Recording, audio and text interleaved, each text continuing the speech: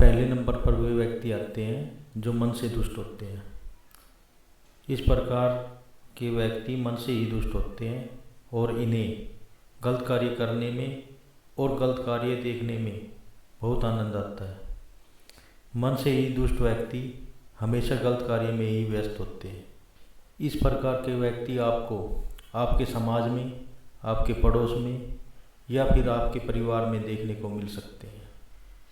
यदि इस प्रकार के व्यक्ति आपके पड़ोस या आपके परिवार में है तो आप देखेंगे कि जब आपके आसपास कुछ गलत हो रहा होगा तो ये व्यक्ति उस गलत कार्य का आनंद ले रहे होंगे और ये व्यक्ति उस गलत कार्यों का विरोध न कर कर उस गलत कार्य में शामिल होकर आग में घी का कार्य करते हैं।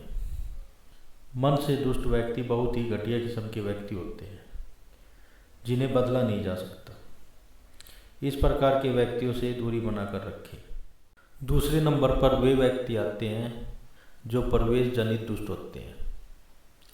इस प्रकार के दुष्ट का जन्म एक दुष्ट परिवार में हुआ होता है जिसने अपने माता पिता या अन्य सगे संबंधियों से दुष्टता की शिक्षा प्राप्त करता है और वह भी उस परिवेश में रहते रहते दुष्ट व्यक्ति बन जाता है, जिससे वह गलत कार्य करने लग जाता है और वह अन्य व्यक्तियों के साथ भी दुष्टता का व्यवहार करता है। इस प्रकार के व्यक्ति परिवेश जनित दुष्ट होते हैं।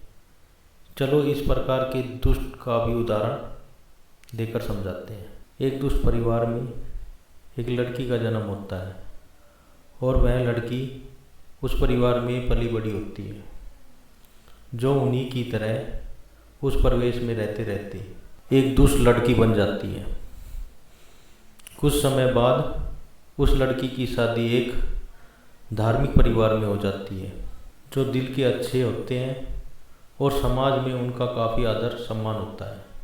लेकिन जब वह लड़की उस परिवार में शादी करके जाती है और वह लड़की उस परिवार में भी दुष्टता का प्रवेश बना देती है, जिससे उस परिवार की शांति भंग हो जाती है और परिवार काफ़ी परेशान हो जाता है।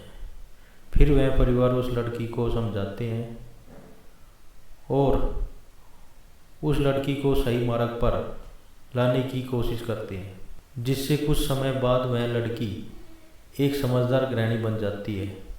इस कहानी से हमें यह देखने को मिला है कि वो लड़की दुष्ट व्यक्ति के बीच में से निकल कर एक नए परिवार में आई थी और उस परिवार में आते ही उस लड़की ने अपनी दुष्टता को छोड़ दिया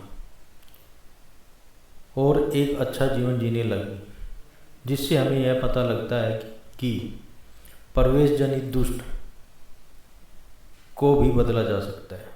तीसरे नंबर पर वे व्यक्ति आते हैं जो प्रतिक्रियात्मक दुष्ट होते हैं। इस प्रकार के दुष्ट न ही तो मन के दुष्ट होते हैं और ना ही परिवेश जनित दुष्ट होते हैं। यह दुष्ट वह दुष्ट होते हैं जो किसी व्यक्ति की प्रताड़ना से प्रभावित होकर अपने आप को दुष्ट बना देते हैं।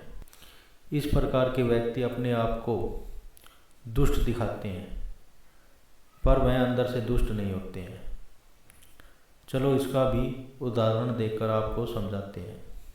एक लड़की की शादी एक परिवार में हो जाती है और उस परिवार में उस लड़की को एक दुष्ट सास मिल जाती है जो उस पर बहुत अत्याचार करती है, जो उसके साथ मार पिटाई करती है और उसे खाना भी नहीं देती, जिससे वह लड़की काफ़ी परेशान हो जाती है और वह अपनी सास को सबक सिखाने की ठान लेती है।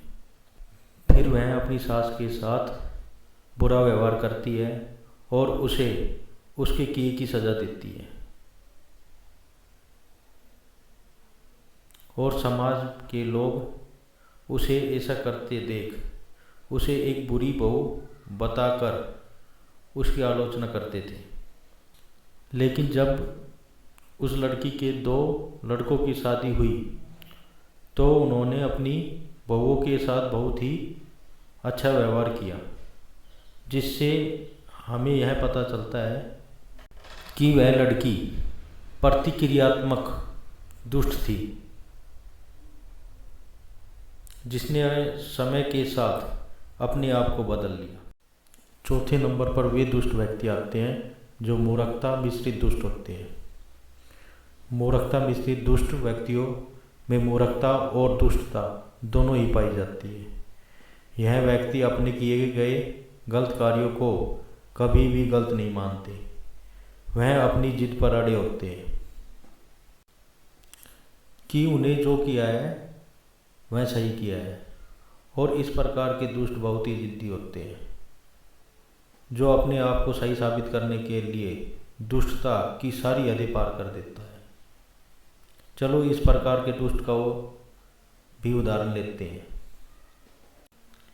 एक परिवार में एक दुष्ट व्यक्ति था जो परिवार में लड़ाई झगड़े रखना, बच्चों को प्रताड़ित करता था और वह बच्चों की पढ़ाई में अड़चन पैदा करता था,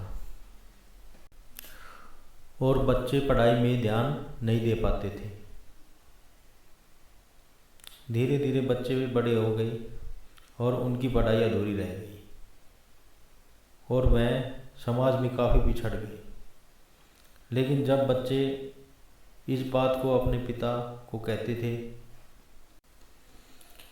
कि आपने मेरी ज़िंदगी बर्बाद कर दी, लेकिन वह व्यक्ति कभी भी अपनी गलती को नहीं मानता और बच्चों के साथ लड़ाई झगड़े करता।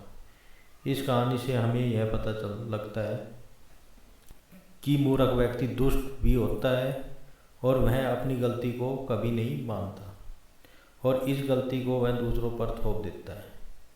इस प्रकार के व्यक्ति कभी नहीं सुधरते।